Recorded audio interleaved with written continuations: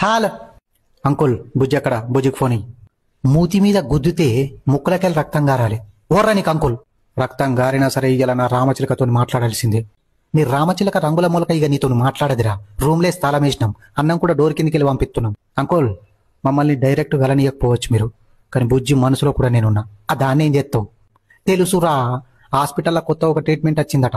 మనసు లోపల పైపులేసి లోపల నుండి ఇగ్గేసి తాబుకులతో గోడ కడుతుర్రట. నిజమా? ఎంత ఖర్చు అయితే? 20 లక్షలు 20,000.